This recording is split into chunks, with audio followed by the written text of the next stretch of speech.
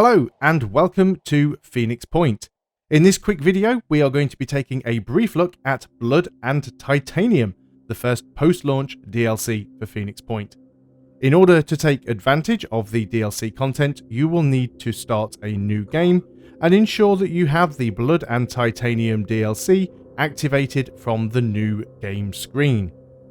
At the same time as the DLC release, there is also going to be a difficulty balance patch, so it is recommended that all players start a new game to take advantage of the new difficulty settings.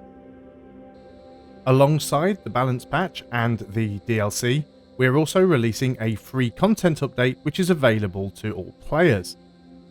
Just as with the DLC content, you will need to start a new game for this to take effect, but one of the things added in this free content patch are the Forsaken.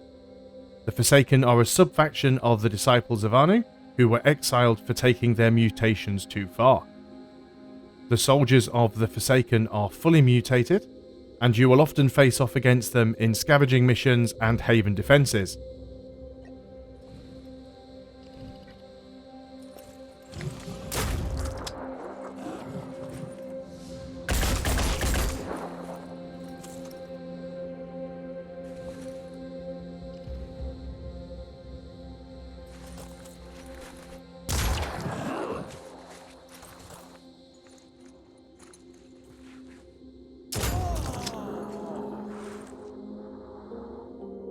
The main feature of the Blood and Titanium DLC is the ability to augment your soldiers with bionic parts.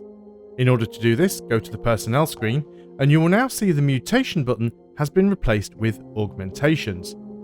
Heading into this section, you will see the Disciples of Anu mutations that you can get in the base game, which still require mutagens in order to activate, but we also have a Bionics tab. The Bionics will give us access to the Bionic Augmentations. Instead of requiring mutagens, the augmentations require tech and materials, and they also work a little differently. Bionic Augmentations don't have the ability to heal. Because they're completely mechanical, they have to be repaired. Repairing damaged bionic parts requires more materials and tech. If you happen to run out of resources, you won't be able to repair the Bionic Augmentations. There are currently 9 different bionic augmentations, 3 heads, 3 torsos, and 3 legs. As per the Disciples of Anu mutations, you can apply 2 of these to a soldier at any one time. Let's go through and take a look at what some of these augmentations are. First of all, looking at the headpieces, we have the Clarity Head. This gives us immunity to mind control. It also gives us bleed immunity, and viral, poison, and paralysis resistance. However, it is vulnerable to acid. We also have the Disruptor Head. This has its own ability called Neural Disruption, which will disrupt a target for 1 turn, causing it to become disoriented and unable to use will point abilities. Again, because this is a bionic augmentation, it has bleed immunity, viral, poison, and paralysis resistance, as well as being vulnerable to acid. And finally, we have the Echo Head. The Echo Head has night vision and gives us no penalty for dark environments. Also, all weapons used with the Echo Head are silent, and again, the same bionic augmentation giving those resistances and immunities to damage. Moving on from the heads, we have the torsos.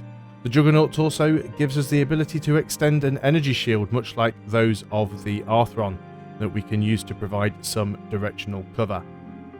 It also allows us to breach walls and solid objects by just walking through them, much like some of the larger enemies in Phoenix Point can do. And again, it has that same immunity and resistance to various different damage types.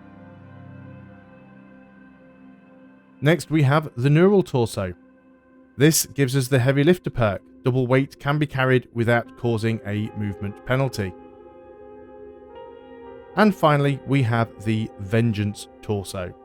This gives us melee weapon proficiency and makes us proficient with all melee weapons, and also our melee attacks cost 1 action point less, to a minimum of 1 action point. Finally, we have the legs. We have the Armadillo legs. They're immune to goo. Goo does not trap or restrict our movement, and they have landing shock absorption. We do not take fall damage no matter what height we land from. Then we have the propeller legs. These essentially give us a rocket leap ability. Not quite as powerful as the jet jump of the Heavy, but useful all the same. And finally, we have the Mirage legs.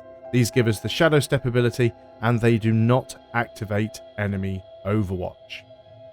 While you are restricted to only having 2 Bionic Augmentations at any one time, you can mix and match a Bionic Augmentation with a mutation. These Bionic Augmentations can be simply classified as a heavy, medium, and light head, a heavy, medium, and light torso, and heavy, medium, and light legs. We can have a look at the models in further detail. Here you can see the Clarity head, the Juggernaut torso, and the Armadillo legs. These are essentially all of the heavier Bionic Augmentations. Here you can see the Disruptor head, the Neural torso, and the propeller legs. As the Neural torso is an exoskeleton, it also has the New Jericho Technician exoskeleton arms. And finally, we have the Echo head, the Vengeance torso, and the Mirage legs. Another major addition to the Blood and Titanium DLC are the Pure. The Pure are a New Jericho sub-faction that are able to use all 3 Bionic Augmentations.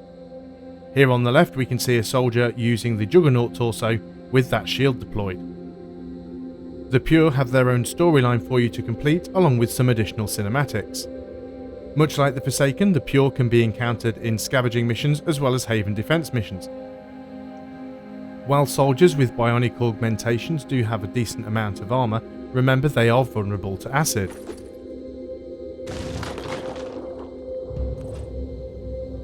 A new equipment addition in Blood and Titanium is the Zeus EMP grenade.